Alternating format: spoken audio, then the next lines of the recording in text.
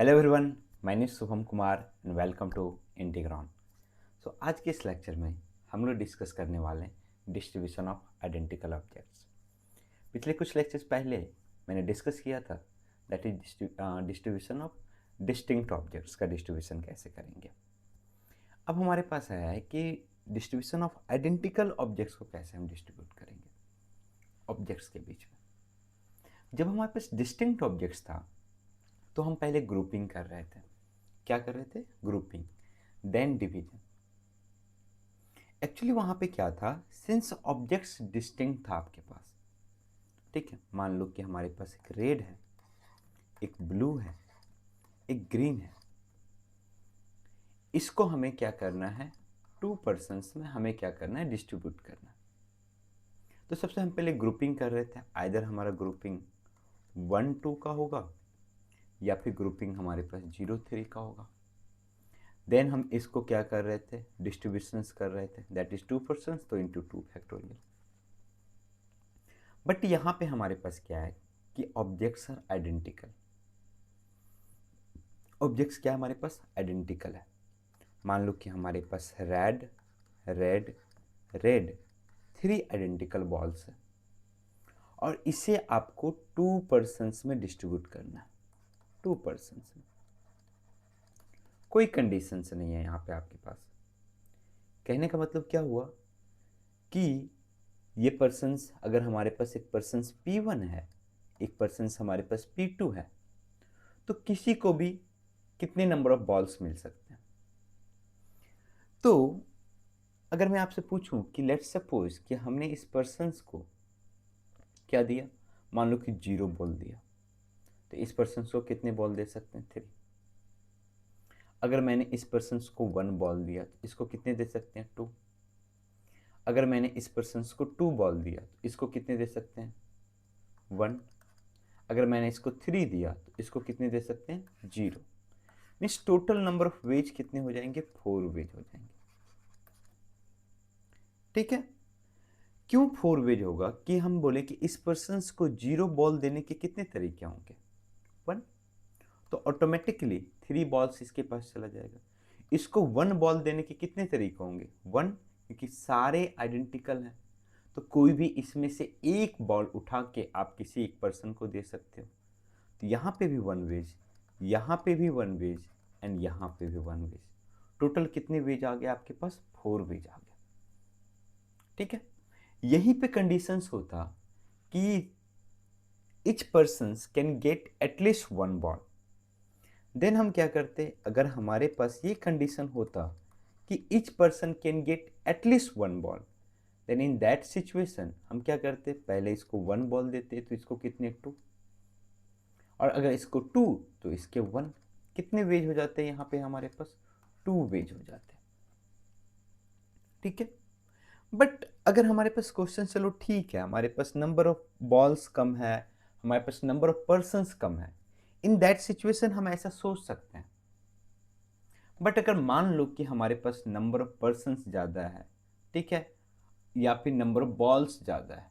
For example, एक मैं example लेता हूँ, एक और मैं एग्जाम्पल लेता हूँ जहाँ पे मैं क्या करता हूँ कि नंबर ऑफ पर्सन्स जो हमारे पास हैं वो हमारे पास 3 है। नंबर ऑफ बॉल्स हमारे पास क्या है? हमारे पास नंबर ऑफ बॉल्स मान लो कि हमारे पास 5 बॉल्स है। कोई कंडीशंस नहीं है। तो मैंने बोला कि how will distribute this in 3 persons. All balls are identical, all balls are identical. तो जब बॉल्स आइडेंटिकल होगा तो पर्सन्स जो है, उससे पहले अगर हम सोचे ग्रुपिंग के बारे में, in how many ways we can group this into 3 parts, कितने तरीके से ग्रुप कर सकते हैं। तो एक ग्रुपिंग हो सकता है हमारे पास 0-0-5 का, एक ग्रुपिंग हो सकता है हमारे पास 0-1-4 का, एक ग्रुपिंग हो सकता है हमारे पास 0-2-3 का, और क्या हमारे पास ग्रुपिंग हो सकता है? बोलो sir 0-3-2। This two are not distinct grouping, bundling, both are same bundling, same bundles है, डिस्टिंक्ट नहीं है। क्यों डिस्टिंक्ट नहीं है? क्योंकि हमारे पास सारे बॉल्स आइडेंटिकल है। तो अगर मैं इसको एक ग्रुपिंग करूं कि एक जगह कुछ नहीं, एक बॉक्स में कुछ नहीं किया, एक बॉक्स में 3 रखा, एक बॉक्स में 2 रखा, और दूसरी बार मैंने बोला कि एक बॉक्स में हमने कुछ नहीं रखा, एक बॉक्स में 2 रखा और नेक्स्ट बॉक्स में हमने 3 रखा, क्या ये दोनों जो होंगे डिस्टिंक्ट होंगे? बॉक्स में पुट करने का मतलब क्या हुआ कि बॉक्स आर आल्सो आइडेंटिकल। तो क्या ये दोनों अलग होंगे? बिल्कुल नहीं। यहां पे भी सेम, यहां पे भी सेम, यहां पे भी सेम चीजें, यहां पे भी सेम चीज, दोनों सेम है, तो ये हमारे लिए सेपरेट अलग नहीं हुआ। तो यहां से हमने एक चीज समझा कि ग्रुपिंग तभी डिस्टिंक्ट होगा जब क्या हो, उसमें हमारे पास नंबर्स अलग अलग हो।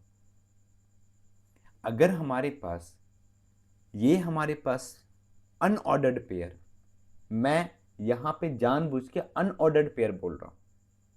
क्यों बोल रहा हूं? क्योंकि कोई ऑर्डर नहीं। तो ये अनऑर्डर्ड पेयर और ये अनऑर्डर्ड पेयर तभी अलग होगा जब इसमें नंबर्स अलग होंगे। या फिर एक तरह से बोलो कि ये हमारे पास एक सेट है, ये भी हमारे पास एक सेट है। तो is this two sets are distinct? Yes. दोनों ये क्या है? डिफरेंट अनऑर्डर्ड पेयर है। तो नेक्स्ट हमारे पास हो सकता है, दैट इज हमने बात किया, चलो ठीक है, एक तो ये, एक ये, एक ये। नेक्स्ट हम यहाँ पे 1 बॉल लेते हैं और यहाँ पे 0 और यहाँ पे 4। Is this distinct? No, already यहाँ पे एग्जिस्ट कर रहा है यहाँ पे, तो ये हमारे पास डिस्टिंक्ट नहीं है। तो हम क्या करेंगे, यहाँ पे कुछ और पुट करते हैं, देन हम यहाँ पे 2 पुट करते हैं। तो 1 2 2 ये हमारे पास डिस्टिंक्ट है। और क्या हो सकता है हमारे पास? 1 1 3, ये क्या हमारे पास डिस्टिंक्ट है? यस, हमारे पास डिस्टिंक्ट है। तो और हमारे पास क्या कर सकते हैं? क्या हम 1 4 0 पुट कर सकते हैं? नो, ऑलरेडी हमारे पास है 1 4 0। क्या हम 1 3 1 पुट कर सकते हैं? नहीं, ऑलरेडी हमारे पास 1 3 1 है। तो नेक्स्ट हम 2 से स्टार्ट करते हैं। तो 2 1 2, क्या ये हमारे पास डिस्टिंक्ट है? नहीं डिस्टिंक्ट है, ऑलरेडी एग्जिस्ट कर रहा है हमारे पास। तो नेक्स्ट हम सोचेंगे 2 से और क्या कर सकते हैं। तो 2 2 1 भी एग्जिस्ट कर रहा है, 2 1 2 भी एग्जिस्ट कर रहा है, 2 3 0 भी एग्जिस्ट कर रहा है। तो 2 से हमारे पास और कुछ नहीं बचा। क्या हमारे पास 3 से बचा? 3 3 1 1 ऑलरेडी है, 3 0 1 ऑलरेडी होगा हमारे पास, तो हमारे पास नहीं बचा है। सिमिलरली 4 से भी हमारे पास कुछ नहीं बचा है, क्योंकि 4 1 0 ही होगा। तो हम इतने कितने डिफरेंट टाइप से इसकी ग्रुपिंग कर सकते हैं। ग्रुपिंग, अब बताओ ये 005 ग्रुपिंग करने के कितने तरीके होंगे? 1, क्योंकि ऑब्जेक्ट्स आर आइडेंटिकल। थोड़ा सा सोचो आप कि जब ऑब्जेक्ट्स आइडेंटिकल होगा तो अगर आपने ग्रुपिंग किया 005 का, तो क्या और कोई पॉसिबिलिटीज है? नहीं। आपने ग्रुपिंग किया 014 का, आपने पार्टीशन किया या ग्रुपिंग किया, तो 1 हमारे पास तो एक ही तरीके से हो सकता है, 4 भी हमारे पास एक ही तरीके से हो सकता है। तो हमारे पास इस सिचुएशन में ग्रुपिंग करने के कितने तरीके होंगे? ओनली 1 वेज होंगे। तो टोटल आपके पास कितने हो गए? हमारे पास टोटल 5 वेज हो गए ग्रुपिंग करने का। अब हमें क्या करना है? इसको डिस्ट्रीब्यूट करना है 3 पर्सन्स में। तो सबसे पहला हमारे पास है, ये देखो ध्यान से, 005 को हमें डिस्ट्रीब्यूट करना है। अब बताओ 005 में कितने बॉक्स आइडेंटिकल होंगे? 2 बॉक्स आइडेंटिकल होंगे और 1 बॉक्स डिस्टिंक्ट होगा। तो कितने तरीके से आप 2 आइडेंटिकल एंड 1 डिस्टिंक्ट ऑब्जेक्ट्स को अरेंज कर सकते हो? पर्सन्स को देने का मतलब क्या? अरेंजमेंट करना। तो कितने तरीके हो जाएंगे? This can be done in 3 factorial upon, since 2 are identical, 2 factorial into 1 factorial, that is 3 ways. इसको हम कितने तरीके से कर सकते हैं? 014, हमारे पास 3 डिस्टिंक्ट बॉक्सेज हैं। Why we are telling distinct boxes now? क्योंकि अब उस बॉक्स में अलग अलग नंबर्स ऑफ बॉल्स हैं, तो वो बॉक्स अलग हो गया। ठीक है, एक में 0 है, एक में 1 है, एक में 4 है। कितने तरीके से कर सकते हैं? 3 फैक्टोरियल। ये भी हमारे पास सिंस तीनों डिस्टिंक्ट है 3 फैक्टोरियल। यहाँ पे हमारे पास 2 आइडेंटिकल है 1 डिस्टिंक्ट है तो 3 फैक्टोरियल बाई 2 फैक्टोरियल। यहाँ पे हमारे पास 2 आइडेंटिकल 1 डिस्टिंक्ट है 3 फैक्टोरियल बाई 2 फैक्टोरियल। कितने वेज हो जाएंगे 3 3, यहाँ पे हमारे पास 6, यहाँ पे हमारे पास 6, टोटल हमारे पास आंसर कितना हो जाएगा 21। ध्यान रखना अभी हमारे पास कोई कंडीशंस नहीं थे, अगर कंडीशंस होता तो हमारे पास ओनली यही ऑप्शंस होते। ठीक है, तो अगर हमारे पास कंडीशंस है देन हमारे पास आंसर्स कितने हैं 6। अब हम इस प्रॉब्लम्स को दूसरे नजरिए से सोचेंगे, वो नजरिया जो है ना वो बहुत ही, कहने का मतलब आप जादू की तरह है। क्या जादू की तरह है? देखो, हमने बोला कि हमारे पास 5 आइडेंटिकल रेड बॉल्स हैं और हमें कितने पर्सन्स में देना है 3 पर्सन्स में देना है। ठीक है, जब हमें 3 पर्सन्स में इसको देना है तो मैं एक सोचता हूं कि हमारे पास 5 आइडेंटिकल रेड बॉल्स है ना, चलो ठीक है, ये हमारे पास 5 आइडेंटिकल रेड बॉल्स, हमें कितने पर्सन्स में देना है 3 पर्सन्स। एक काम करते हैं 2 एक्स्ट्रा बॉल्स और ले लेते हैं। ठीक है, अभी मान के चलते हैं कि ये सारे जो है ना इसमें कहीं पे बॉल नहीं है, बस ये स्पेस है, दीज ऑल आर स्पेसेस।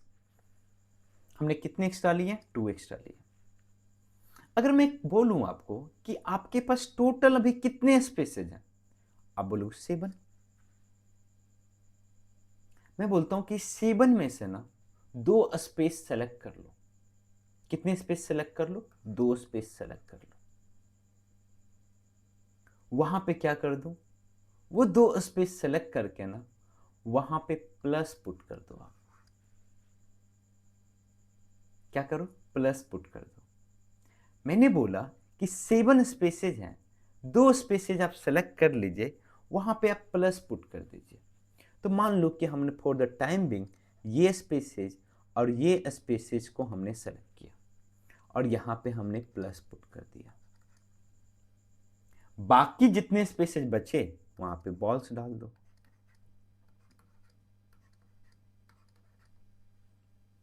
तो बताओ कि क्या यहां पे टोटल नंबर ऑफ बॉल्स 5 है? अगर ये हमारे पास पर्सन है P1, P2, P3, तो बताओ P1 को कितना मिल रहा है? 1 red ball.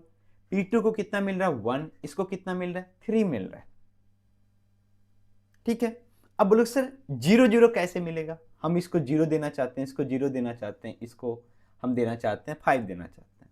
In that situation क्या होगा कि सिंस हमने क्या किया, टोटल नंबर ऑफ वेज देखा है कि कितने तरीके से हम इस 7 स्पेसेज में से 2 स्पेसेज सेलेक्ट कर सकते हैं। तो मान लो कि ये दोनों स्पेसेज हमने सेलेक्ट किया, तो ये हमारे पास P1, ये हमारे पास P2 और ये हमारे पास P3। क्या P1 को 0 मिला? यस। क्या P2 को 0 मिला? यस। क्या P3 को 5 मिला? यस। तो अब प्रॉब्लम्स को हमने ऐसे सोचा, कितने टोटल नंबर ऑफ वेज हो जाएंगे? 7C2 which is equal to 21। Earlier भी हमारे पास उस अप्रोच से आंसर 21 था, इस अप्रोच से भी आंसर हमारे पास कितना है? 21 है। तो एग्जैक्टली मेन मेथड, इसको हम लोग बोलते हैं एक तरह से पार्टीशन करना। पार्टीशन करना, हम पार्टीशन कर रहे हैं। पार्टीशन इन द सेंस करने का मतलब हमने क्या किया, थोड़ा से इधर पेज में ले लेता हूं। ठीक है, यहां पे हमने स्पेस लिया टोटल 7। ठीक है, ये हमारे पास टोटल 7 स्पेसेस है।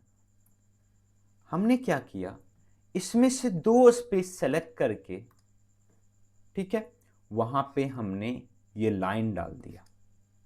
तो क्या यहां पे टोटल हमारे पास 5 बॉल्स का पार्टीशन हो गया? यस। अब बोलोगे सर हमारे पास पर्सन्स तो डिफरेंट थे, हमने उसका ख्याल रखा क्या? यस, उसका भी ख्याल रखा। अब बताओ कि ये जब पार्टीशन होगा P1 P2 P3 का, ये P3 में जब ये डिस्ट्रीब्यूट हो, ऑटोमेटिकली ये ख्याल रख लेगा, एक बार 2 गया, 1 गया, 3 गया। अब लोग सर इसको 2 कैसे मिलेगा? तो अगर हम इसी के देखें तो टोटल हमारे पास 6 अरेंजमेंट हो जाएंगे। तो अगर हम बोले कि 2 और हमें चाहिए यहां पे 3, यहां पे 1, तो हम क्या करेंगे, जब हमारा पार्टीशन होगा तो वो हमारे पास ऐसा होगा। जब हमें चाहिए नहीं, यहां पे चाहिए हमें 1, यहां पे चाहिए 3, यहां पे 2, तो हमारा पार्टीशन ऐसा होगा। क्या ये ऑटोमेटिकली ख्याल रख रहा है? यस, ये ऑटोमेटिकली पर्सन्स में डिस्ट्रीब्यूट कर रहा है आइडेंटिकल ऑब्जेक्ट्स को। ठीक है, तो ये हमारे पास पहला कॉन्सेप्ट था, जब हमारे पास कोई रेस्ट्रिक्शंस नहीं था, anybody can get any number of balls. तो हमने क्या किया, हमने बोला क्यों हमने यहां पे 2 पार्टीशंस, हमने 2 एक्स्ट्रा ऐड किए थे। अब समझे, क्योंकि अगर हमारे पास सोचो कि एक स्टिक है, इसको 3 पार्ट्स में कट करना है, 3 पार्ट्स में ब्रेक डाउन करना है, तो कितने कट करोगे? 2 कट। इसलिए हम ये 2 एक्स्ट्रा ऐड किए, क्योंकि हमें यही तो सेलेक्ट करने हैं, वहीं पे तो हमें कट करना है, इसलिए हमने ये एक्स्ट्रा सेलेक्ट वहां पे उसमें इंक्लूड किए। ठीक है, अब अगर बोलोगे सर नेक्स्ट हमारे पास है कि अगर ऐसा हो कि हमें कंडीशंस हो कि everyone can get at least 1 number of red balls, then हम क्या करेंगे? देन हम सोचते जब ये कंडीशन हो कि प्रत्येक जो हो कम से कम एक रेड बॉल सबको मिले, हमारे पास कितने रेड बॉल्स हैं? 5।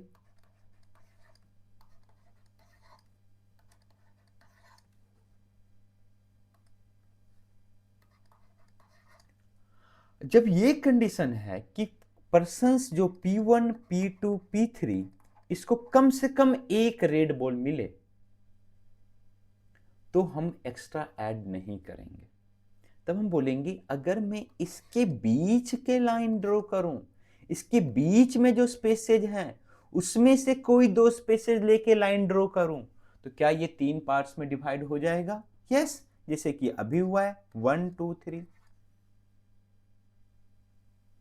ठीक है, तो हम क्या करेंगे इस सिचुएशन में, इसके बीच में जो स्पेसेस प्रोवाइडेड है ना, उसमें सेलेक्ट करेंगे। तो कितने 5 रेड बॉल से इसके बीच में कितने स्पेसेज हैं? 4। हमें कितने सेलेक्ट करने हैं? इसमें से 2। तो क्या हो जाएगा? 4C2 which is equal to 6, और हमारा आया भी था 6। हमने क्या किया कि हमारे पास जो रेड बॉल्स है, अब बोलोगे सर कोई और हमारे पास क्या हो सकता है? तो अगर मैं यहां पे ब्रेक डाउन करूं, यहां पे ब्रेक डाउन करूं, तो हमारे पास 2 2 1 मिलेगा। अब बोलोगे सर 1 2 2 कब मिलेगा? तो यहां पे हम स्पेस किए, यहां पे किए, तो 1 2 2। तो समझ रहे हो कि हमारा मेन इंटेंशन क्या था कि जब यहां पे एटलीस्ट 1 मिल रहा है सभी को, तो हम उसके बीच में जो स्पेसेस प्रोवाइड किए गए हैं उसको सेलेक्ट कर लें। अब ये जो 2 कॉन्सेप्ट हमने सीखा ना, इसका एप्लीकेशन हमारे पास, अगर आपने कॉन्सेप्ट समझ लिया ना, तो फॉर्मूला की कोई रिक्वायरमेंट नहीं है। इसके एप्लीकेशंस बहुत सारे हैं। मान लो कि हमें निकालना हो कि कितने नंबर ऑफ सॉल्यूशंस होंगे, इंटीग्रल सॉल्यूशंस होंगे हमारे पास, उसके लिए हमारे पास है how many integral solutions are this, इस टाइप के क्वेश्चंस के लिए। ये सारी जितनी भी क्वेश्चंस है ना, इक्वेशंस वाले क्वेश्चंस, सभी को हम उससे सॉल्व कर सकते हैं। और एक और इसका एप्लीकेशन है, इतने इंटीग्रल सॉल्यूशंस होंगे X Y Z equal to 24 आए हमारे पास। तो और यहाँ पे हम देखेंगे कुछ जेईई मेंस में पीवाईक्यूज भी हमारे पास है। ठीक है, उसको भी हम सॉल्व करेंगे यहाँ पे हम। ठीक है, तो हमने एप्लीकेशंस देख लिया, हमने ये समझ लिया कि how will distribute identical objects into different persons. Now अब टाइम आ गया है कि हम फॉर्मूला को जनरेट करें। हमने नियरली 10 to 15 मिनट्स उस कॉन्सेप्ट को समझने लगाया। आई थिंक आप कॉन्सेप्ट अब समझ गए हो। अगर आपने कॉन्सेप्ट समझा तो छोटी सी रिक्वेस्ट है प्लीज मेरे चैनल को सब्सक्राइब करें और जरूरतमंदों तक पहुंचाएं। ठीक है, चलो ठीक है। और कुछ भी गलतियां होती है, कुछ भी ऐसा होता है, प्लीज कमेंट। मैं कोई ऐसा नहीं कि मैं बहुत बड़ा एडुकेटर हूँ, छोटा मोटा है हमारा ये छोटा सा सेटअप है। दिन में मैं क्लासेस लेता हूँ, रात में टाइम मिलता है तो वीडियो रिकॉर्ड करता हूँ आपके लिए। तो प्लीज़ मेरे इस चैनल को सब्सक्राइब करें। ओके, तो हमारे पास है distribution of N identical objects in R different persons. तो यहाँ पे हमने दो चीज़ें देखी।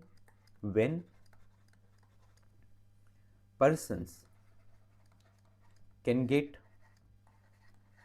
any number of objects, any number of objects,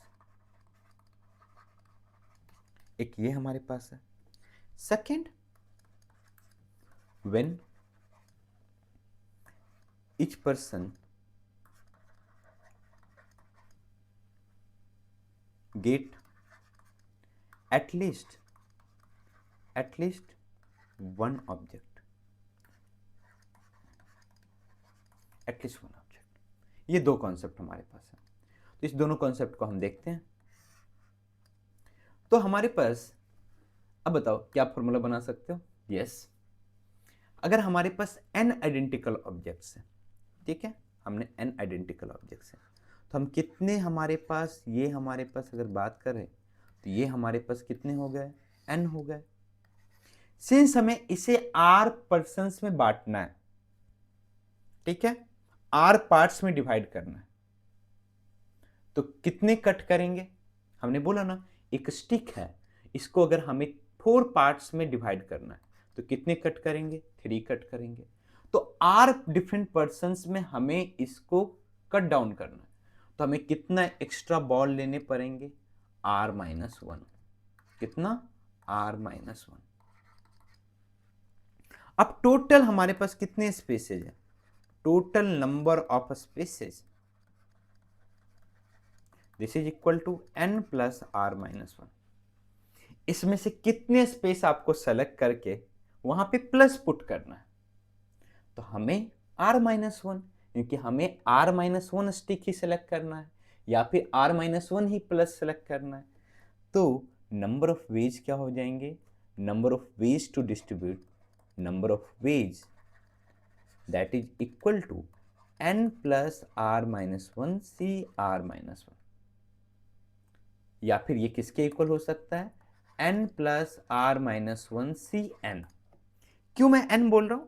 कि दूसरा तरीका ये हो सकता है कि हम क्या करेंगे, हम इसमें से ना कोई भी n स्पेस सेलेक्ट कर लेंगे, वहां पे हम वो बॉल पुट कर देंगे, ठीक है, बाकी स्पेस वैसा ही रहेगा, या फिर वहां पे स्टिक आ जाए।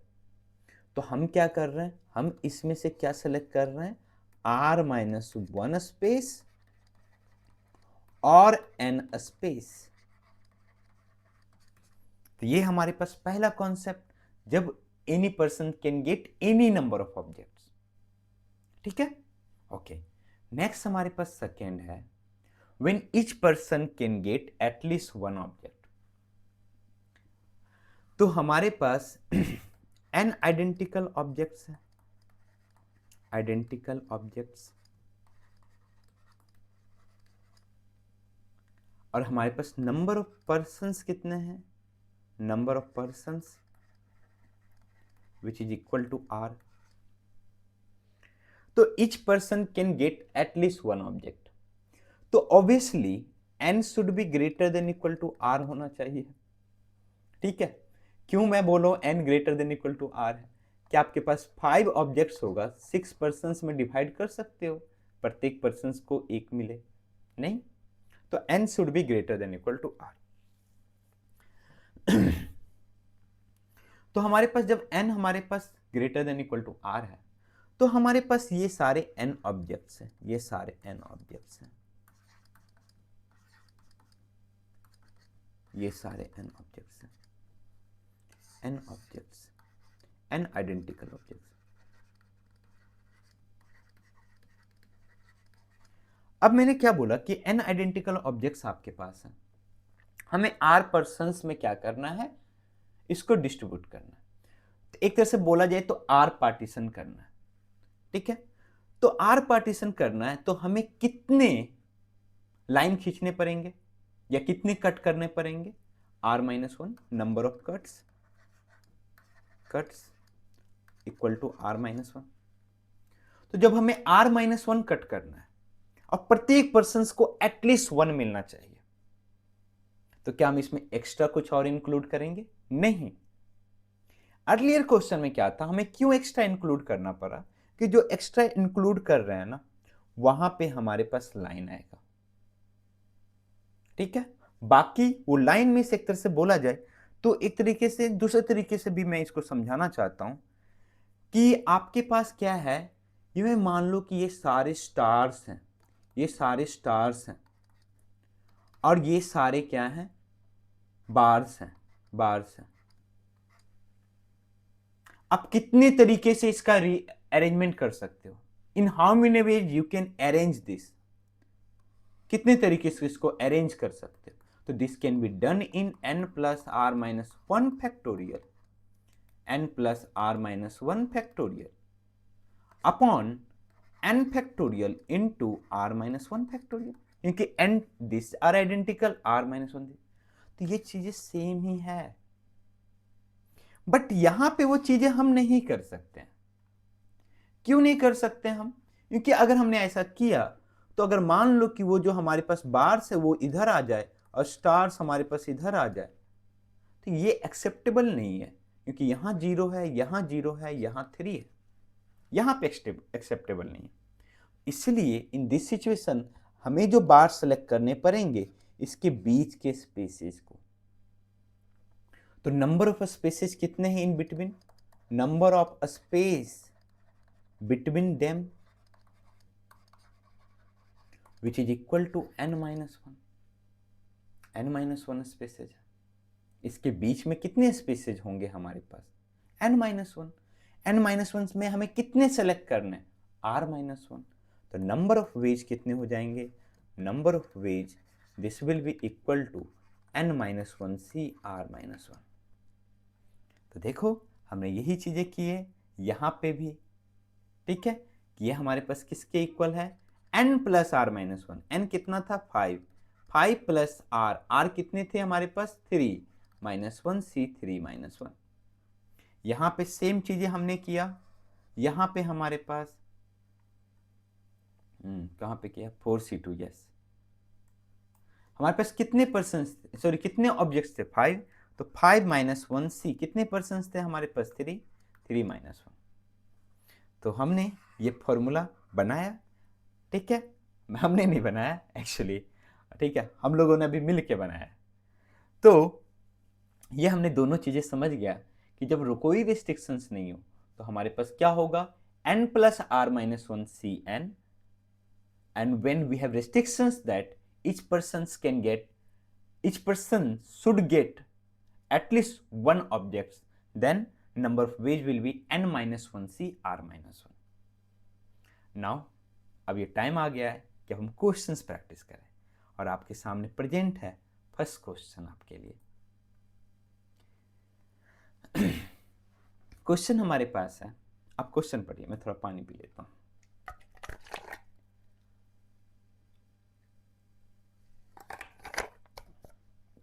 अब क्वेश्चन तुरंत होगा, कॉन्सेप्ट समझ लिया ना। तो हमारे पास है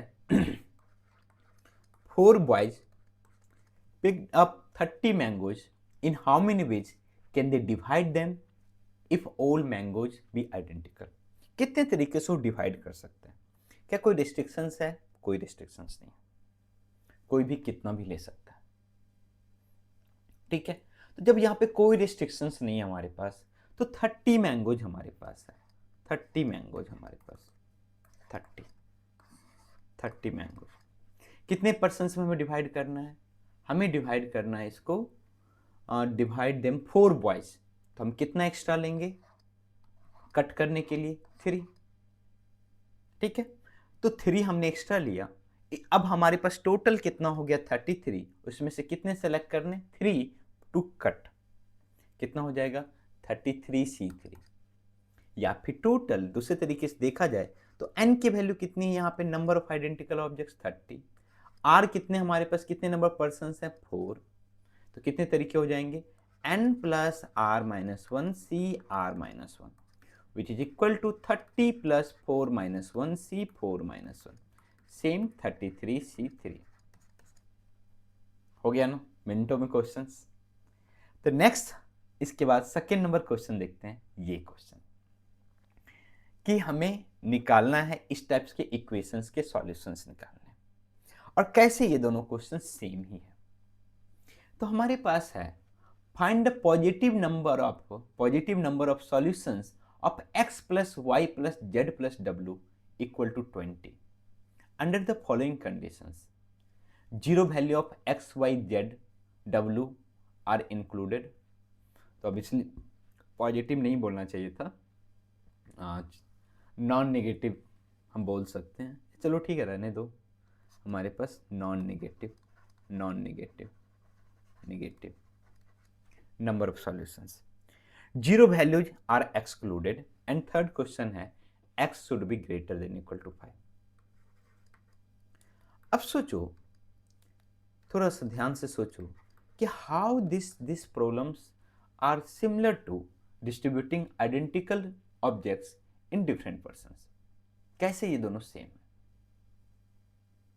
हमारे पास सबसे पहला condition zero values are included. मैंने बोला कि हमारे पास 20 को डिवाइड करना है ना, किस में डिवाइड करना है, एक्स वाई जेड डब्ल्यू में। क्या हम फ्रैक्शनल डिवीजन कर सकते हैं? नहीं, हमारे पास इंटीग्रल सॉल्यूशन चाहिए, वो भी नॉन नेगेटिव इंटीग्रल सॉल्यूशन चाहिए। तो जब हम फ्रैक्शंस में इसको डिवाइड नहीं कर सकते तो हम ऐसा एज्यूम कर सकते हैं कि ये 20 हमारे पास सारे आइडेंटिकल बॉल्स हैं 20, और इससे हमें 4 डिफरेंट पर्सन्स में डिस्ट्रीब्यूट करना है, जिसके जितने नंबर ऑफ बॉल्स उसकी इतनी वैल्यूज। हो गया ना। तो हमारे पास क्या हो जाएगा, सबसे पहला व्हेन जीरो इंक्लूडेड, कितने आइडेंटिकल ऑब्जेक्ट्स हैं 20, कितने डिफरेंट पर्सन्स हैं 4। तो हमारे पास क्या हो जाएगा, number of solutions will B n plus r minus 1 c r minus 1 that is 24 minus 1 that is 23c और 4 माइनस 1 3। समझ गया।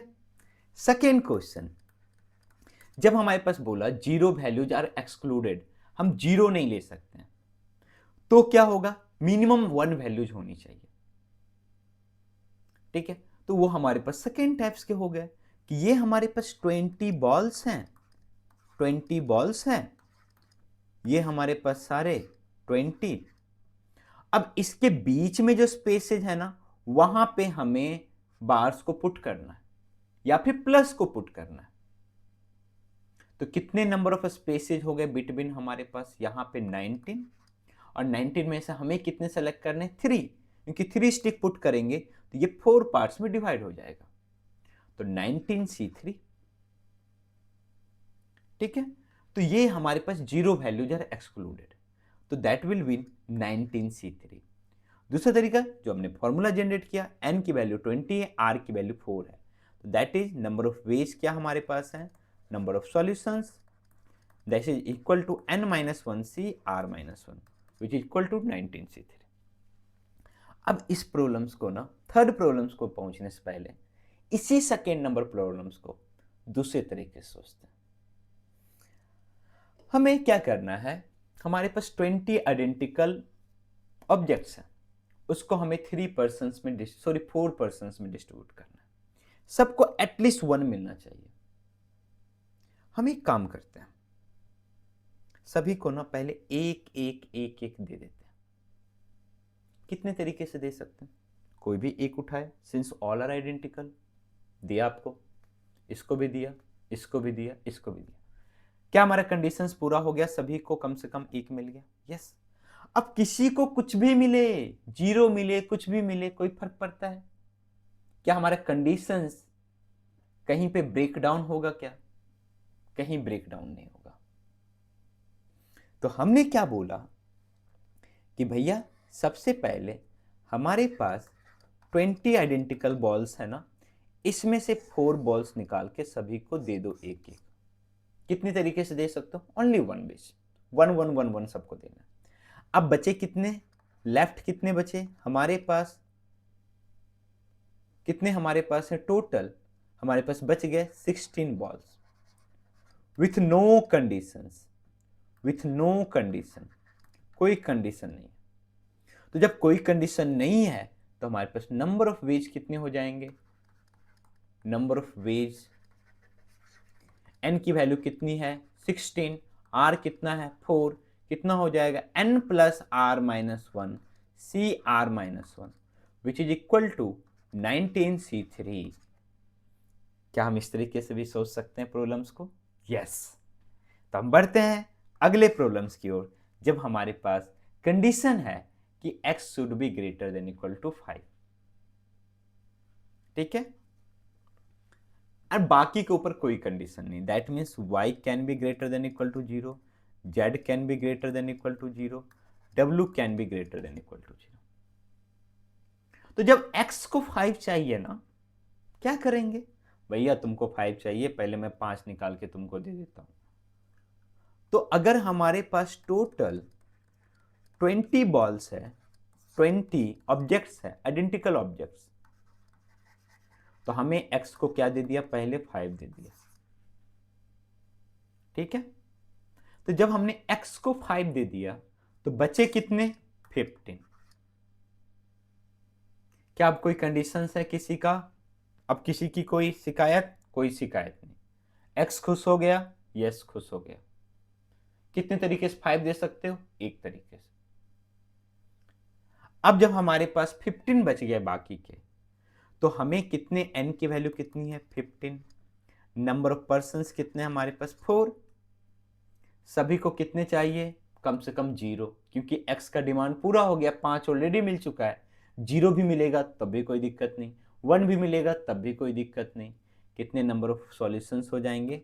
Number of solutions will be equal to n plus r minus 1 C R minus 1 which is equal to 15 plus 4 18 c3। तो इस type से हमें problems को समझना है। ठीक है, अब अगर ऐसे आप प्रॉब्लम्स को समझोगे ना तो कोई भी प्रॉब्लम्स आप सॉल्व कर सकते हो। नेक्स्ट बड़ा ही यूनिक प्रॉब्लम है। क्या है हमारे पास? How many integral solutions are there for to the equations? I think I have to change something. Non negative integral solution, non negative integral solution. ठीक है, not integral solutions. Integral solutions में फिर बहुत सारे माइनस आ जाएंगे, बहुत सारे आ जाएंगे, then there will be infinitely solutions. तो हमारे पास है non negative solutions are there to the system of equations, this system of equations. और ऑब्वियसली यहाँ पे लिखा हुआ है x k should be greater than 0। हम मान के चलते हैं x k should be greater than equal to 0। ठीक है, आपके लिए प्रॉब्लम है यहाँ पे x के अगर ग्रेटर देन 0 है then find number of solutions. हम पहले बताते हैं कि x के ग्रेटर देन इक्वल टू 0, हमें इसका सॉल्यूशन चाहिए। हमारे पास 2 इक्वेशन दे दिया भैया। इस बार बड़ा ही खतरनाक कांड हो रहा है हमारे साथ। क्या हमारे पास ये है और एक इक्वेशन है x1 plus x2 equal to 50। दोनों इक्वेशन फुलफिल होना चाहिए। x1 प्लस x2 की वैल्यू 15 होनी चाहिए and x1 plus x2 plus x3 plus x4 plus x5 की वैल्यू 20 होनी चाहिए। ठीक है, दोनों कंडीशंस फुलफिल होनी चाहिए हमारे पास। मींस इस दोनों की वैल्यू तो 15 होनी ही चाहिए, मींस इसकी वैल्यू कितनी होनी चाहिए? 5। ठीक है, तो हमने ये सोचा कि अगर x1 प्लस x2 की वैल्यू 15 है तो बाकी के वैल्यू कितनी होनी चाहिए? x3 plus x4 plus x5 की value, this will be equal to 5। कितने नंबर ऑफ सॉल्यूशंस होंगे इस इक्वेशंस के? बताओ। अब बोलो सर n की वैल्यू 5 है, 5 आइडेंटिकल ऑब्जेक्ट्स है, r की वैल्यू 3 है, तो हमारे पास हो जाएंगे इसके total number of solutions 5 plus 3 minus 1 c3 minus 1।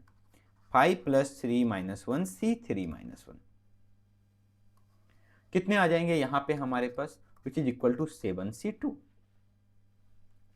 और अगर हम इस इक्वेशन की बात करें कितने सॉल्यूशंस होंगे, तो यहां पे बोलोगे सर यहां पे n की वैल्यू 15 है, r की वैल्यू 2 है, तो नंबर ऑफ सॉल्यूशंस हो जाएगा 15 + 2 - 1 C2 - 1 which is equal to 16C1। अब बताओ हमारे कंडीशंस कब फुलफिल होंगे, जब दोनों कंडीशंस फुलफिल हो। दैट मीन्स मैंने बोला कि this should be 15 and this should be 5। तो क्या किसी भी सिचुएशन में अगर हम बोले कि हमारे पास एक फॉर एग्जांपल हम बोले कि x1 की वैल्यू 1 है, x2 की वैल्यू 14 है, तो 114 से कितने सॉल्यूशंस मिलेंगे, जब ये 1 और ये 14 हो 5, तो हर किसी के लिए 5 यहां से मिलेगा। अगर ये 2 है, ये 13 है, तो ये फिर से ये 5 हो जाएंगे हमारे पास, and all are distinct solutions. तो ये वर्क तभी कंप्लीट होगा जब दोनों कंप्लीट हो हमारे पास। तो हम क्या करेंगे, मल्टीप्लाई करेंगे दोनों को। समझ गया क्यों मल्टीप्लाई करेंगे? Yes, number of ways will be equal to 16C1 into 7C2। अब आप ये प्रॉब्लम सॉल्व करो जब यहां पे कंडीशंस हमारे x के ग्रेटर देन 0 हो। ठीक है, दैट मीन्स एक्स के की वैल्यू जो हो ग्रेटर देन इक्वल टू 1 हो। What is the meaning of greater than 0 here? क्योंकि इंटीग्रल सॉल्यूशंस ले रहे हैं, तो that means x k should be greater than equal to 1। तो इस प्रॉब्लम्स को आप सॉल्व करके इसका आंसर कमेंट बॉक्स में बताइए। ठीक है, हम तब तक अगली प्रॉब्लम्स की ओर बढ़ते हैं। हमारे पास नेक्स्ट प्रॉब्लम है थोड़ा सा अलग। ऐसे तो हमारे सारे प्रॉब्लम्स अलग होते हैं, मैंने यहाँ पे, चलो ठीक है, यहां पे हमारे पास प्रॉब्लम्स है कि find the positive number of solutions of x + y + z less than equal to 10। ठीक है, under the conditions 0 value of x, y, z are included and 0 values are excluded. दो कंडीशंस यहां पे कि 0 वैल्यू इंक्लूडेड है, 0 value excluded, and third also x should be greater than equal to 5। ये हमारे पास।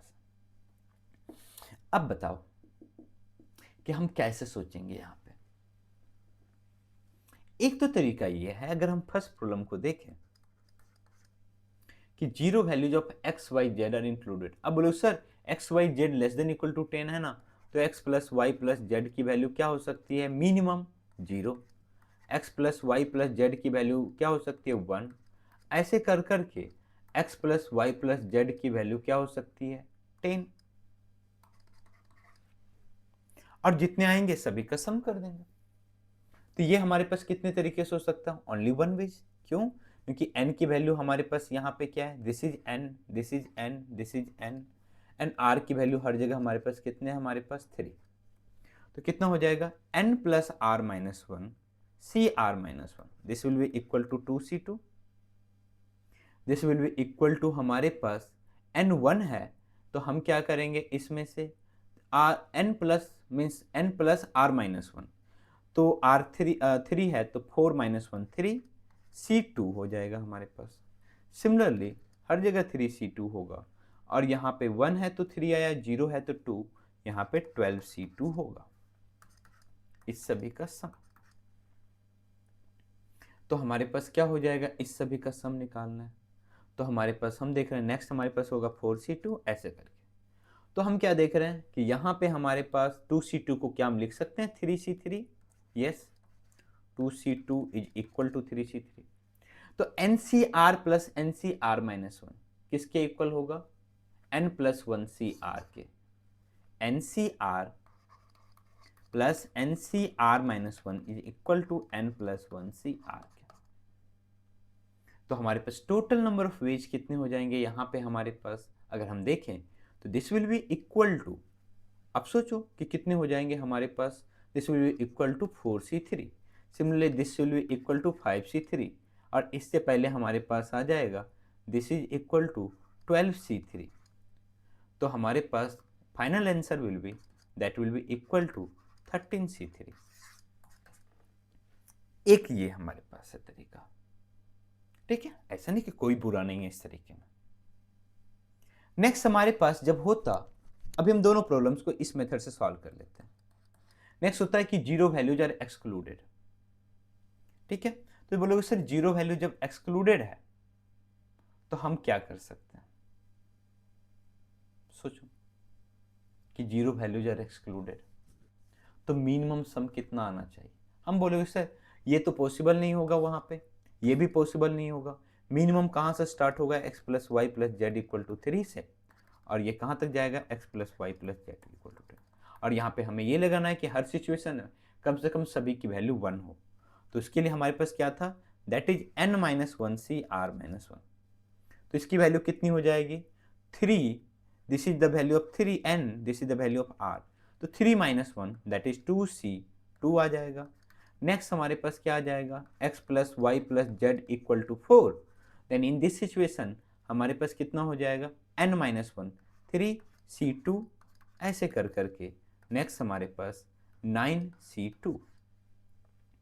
अब बताओ क्या हम बोल सकते हैं कि 2c2 is equal to 3c3, yes same चीजें, ncr plus ncr minus one equal to n plus one cr 4c3, ठीक है। ऐसे करते करते यहाँ पे हमें मिलेगा 9c3 and our final answer will be 10c3। तो ये भी तरीका कोई बुरा नहीं है, इसमें भी हमारे पास, ठीक है। लेकिन जब थर्ड मेथड हमारे पास आएगा कि x is greater than equal to 5, अब बोलो सर उस सिचुएशन में हमारे पास थर्ड को भी हम इस मेथड से सॉल्व कर लेते हैं। उसके बाद मैं आपको एक अलग मेथड दिखाऊंगा।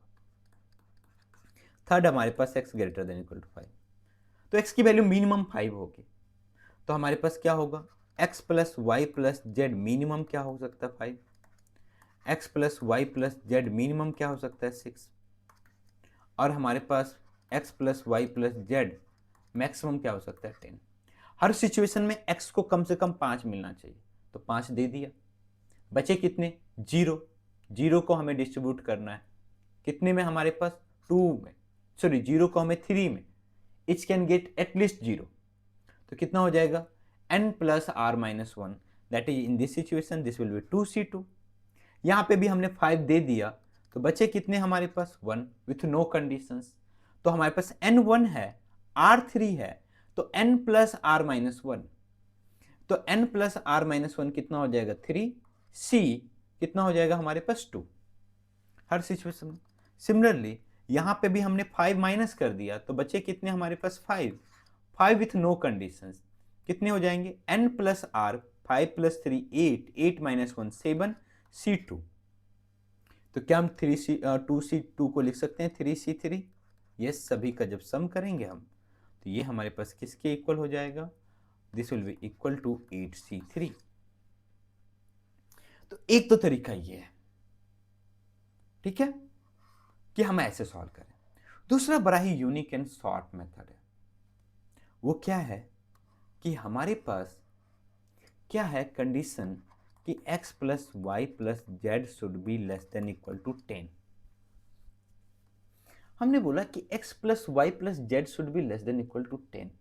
अगर मैं एक काम करूं, मैं यहां पे एक एक्स्ट्रा वेरिएबल इंक्लूड करूं w, और मैं बोलूं कि this is equal to 10, then w की वैल्यू क्या क्या हो सकती है। अगर w की वैल्यू 0 होगी तो x plus y plus z किसके इक्वल हो जाएगा, 10 के। अगर w की वैल्यू 1 हुई तो x plus y plus z equal to 9 हो जाएगा। w की वैल्यू 2 हुई तो x plus y plus z की वैल्यू 8 हो जाएगी। अगर w की वैल्यू 10 हुई तो x plus y plus z equal to हमारे पास क्या हो जाएगा, 0 हो जाएगा। हमारा काम हो गया। हमें यही तो चाहिए था कि x plus y plus z should be less than equal to 10, और यही हमें करना था। तो जब हमें ये करना था कि x plus y plus z should be less than equal to 10, और हमने ये कर दिया, तो हमारा काम हो गया। दैट मीन्स यहां पे w should be greater than equal to 0।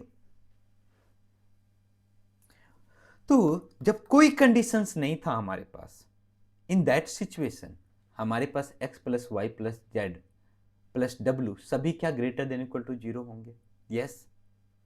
तो नंबर ऑफ सॉल्यूशंस कितने हो जाएंगे, अब हमारे पास n की वैल्यू 10 है, r की वैल्यू बढ़ गई 4, तो हमारे पास नंबर ऑफ वेज क्या हो जाएगा, n plus r minus one c are minus one which is equal to 13c3। Same.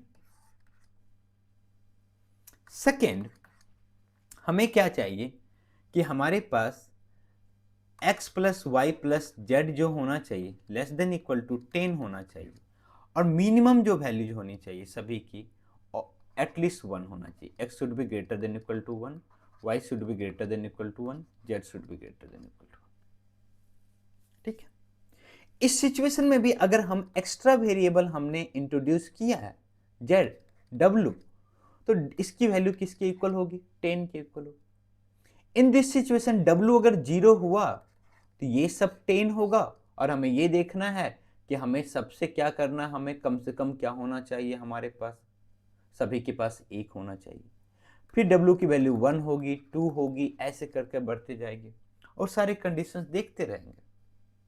Maximum w की वैल्यू क्या हो सकती है इन दिस सिचुएशन, मैक्सिमम w की वैल्यू हो सकती है that is w can B 7। और इसका ख्याल हमें रखने की जरूरत नहीं है, ऑटोमेटिकली रखेगा। क्यों, अगर w 8 होगा तो कोई निगेटिव थोड़ी होगा, तभी तो फुलफिल होगा। अगर w 8 हो गया तो हमारे पास 1 1 1 है, 11 तो पॉसिबल नहीं है, तो ये ऑटोमेटिकली पॉसिबल नहीं होगा। तो w is greater than equal to 0। But other situations are that x y z should be greater than equal to 1। तो हम क्या करेंगे, पहले x y z का डिमांड फुलफिल कर दो। दे दिया भाई तुम सबको एक एक एक एक एक एक। तो लेफ्ट कितना बचा हमारे पास, लेफ्ट बचा 10 माइनस 3 दैट इज 7।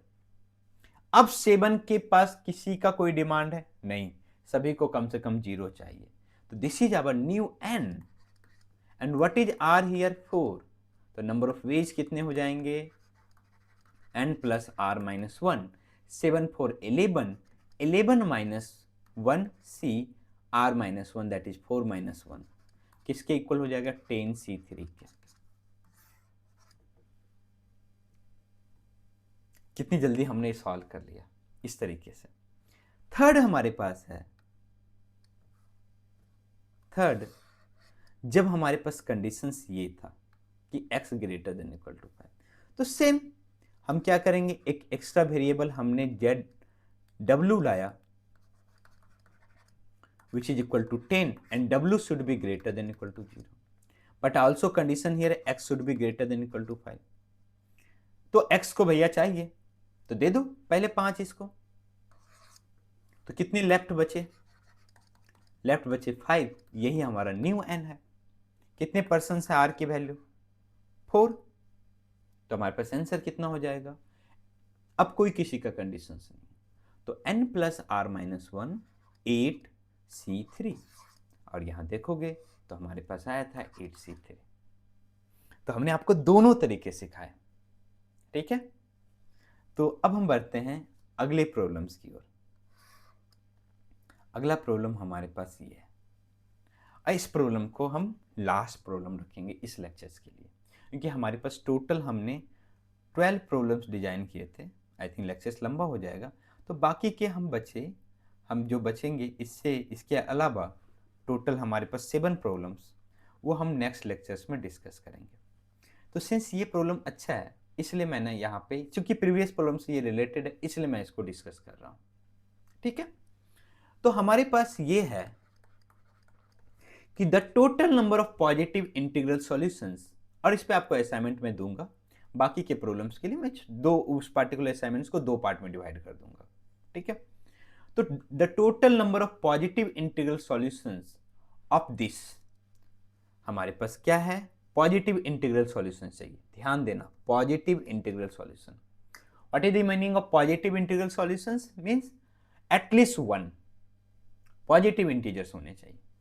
तो हमारे पास है कि x1 plus x2 plus x3 should be less than equal to 20 but greater than 15। दैट मीन्स अगर हम दूसरे तरीके से इसको देखें तो x1 plus x2 plus x3 should be less than equal to 20 but greater than equal to 16। No problem, हम ऐसे भी इसको समझ सकते हैं, क्योंकि जब वो 15 से ग्रेटर है और इंटीग्रल वैल्यू लेगा तो 16 ही होगा। ये हमारे पास है। तो इस प्रॉब्लम्स को कैसे सोचेंगे? अगर मैं बोलूं कि हमें सबसे पहले अगर हम इसको ऐसे सोचें कि x1 plus x2 plus x3 this is less than equal to 20, तो क्या होगा? तो एक तो होगा कि जब इसका हमारे पास x1 plus x2 plus x3 की वैल्यू 20 के इक्वल हो जाए। नेक्स्ट हमारे पास x1 plus x2 plus x3 की वैल्यू 19 हो। नेक्स्ट हमारे पास x1 plus x2 plus x3 की वैल्यू क्या हमारे पास 18 हो। और ऐसे कर करके x1 plus x2 plus x3 की वैल्यू क्या हो 16 हो, 16 के इक्वल हो। ये हमारे पास होगा। तो क्या अभी कोई कंडीशंस हैं इस पे? कोई कंडीशंस नहीं है। x1 can be anything but only condition is that कि उसका सम 16 के इक्वल होना चाहिए। कितने तरीके से करेंगे? This is our n, this is our n, this is our n, this is our r। तो n plus r minus 1 that is 16 plus 2 18 c2। ठीक है। नेक्स्ट हमारे पास जब होगा x1 plus x2 plus x3 should be equal to 17, तो यहां पे 17 प्लस 2 19 c2। ये हमारे पास सिमिलरली हमारे पास कितना हो जाएगा? This will be equal to 20 c2 and this will be equal to 21 c2 and this will be equal to 22 c2। अब इसके जो सम होंगे that is equal to total number of solutions। इसके सारे जो सम होंगे वो किसके इक्वल होंगे? टोटल नंबर ऑफ सॉल्यूशंस के इक्वल होगा हमारे पास। एक तो तरीका ये है। दूसरा तरीका है कि हम क्या कर रहे थे इसमें, अगर हमारे पास ये होता, अगर मैं बोलूं कि हमारे कंडीशंस ये होते अगर, तो हम कहां तक जाते? अब लोग सर हम इस तरह से 15 लेते थे और ऐसे कर करके हम मिनिमम जो जाते दैट इज इक्वल टू 0 तक जाते। अगर मैं इसको बोलूं कि ये प्रॉब्लम है क्या आखिर, ये प्रॉब्लम है x1 plus x2 plus x3 is less than equal to 15। तो अगर मैं इसके टोटल नंबर ऑफ सॉल्यूशंस में माइनस कर दूं x1 plus x2 plus x3 less than equal to 15, then हमारा क्या इसका सॉल्यूशंस आ जाएगा? यस। इसलिए मैंने प्रीवियस प्रॉब्लम्स को ऐसे बाइफरकेट करके बताया था, नहीं तो अभी हमको समझाने में कितना दिक्कत होता। तो अगर ऐसी बात है तो हम पहले इसके सॉल्यूशंस निकाल लेते हैं। x1 plus x2 plus x3 is less than equal to 20। x1 plus x2 plus x3 is less than equal to 20 और इसमें माइनस कर देंगे x1 plus x2 plus x3 less than equal to 15। Since कोई conditions नहीं है, हम यहाँ पे एक एक्स्ट्रा वेरिएबल इंट्रोड्यूस करेंगे जिससे वो इक्वलिटी चल जाए, हमारे पास इनइक्वलिटी गायब हो जाए। क्यों? क्योंकि ये बाकी की चीजें डील कर लेगा। ये 0 ले लेगा तो 20 हो जाएगा, 1 ले लेगा तो 19 हो जाएगा। ठीक है। तो यहां पे भी हम एक्स्ट्रा वेरिएबल इंट्रोड्यूस कर सकते हैं। अब बताओ इसके टोटल नंबर ऑफ सॉल्यूशंस कितने हो जाएंगे? This is our n, this is our r।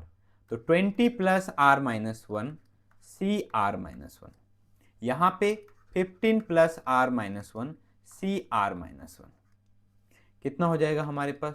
This is equal to 23c3 and this is equal to 18c3 और माइनस कर दो तो this is our answer 23c3 minus 18c3। This is our answer. अब बोलो sir previous में तो हमारे पास कुछ और आया, ये हमारे पास आया, कैसे ये दोनों रिलेटेड है? तो हम बोले क्या, सोचो, मैं चाहता हूं ये सोचो कि कैसे ये दोनों आंसर इक्वल है। बताओ कि ये दोनों आंसर इक्वल है। ठीक है। इसको भी आपको इसमें कन्वर्ट करके दिखाना है, बस इसका ध्यान रखो, क्या माइनस है तो वहां क्या प्लस करना है। ओके। तो इस लेक्चर्स के लिए इतना ही। आप बताइएगा कि आपको मेरा ये लेक्चर्स कैसा लगा। बाकी के क्वेश्चंस हम नेक्स्ट लेक्चर्स में करेंगे। फिर भी हम दिखा देते हैं कि ये सारे क्वेश्चंस हम करेंगे नेक्स्ट लेक्चर्स में। हमारे पास ये सारे क्वेश्चंस हैं। तो वीडियोज़ को पूरा देखने के लिए थैंक यू। इस वीडियो लेक्चर्स के जो कमेंट बॉक्स में जो पिन किए हुए क्वेश्चंस हैं उसको आप ज़रूर सॉल्व करें। और नमस्कार, बाय।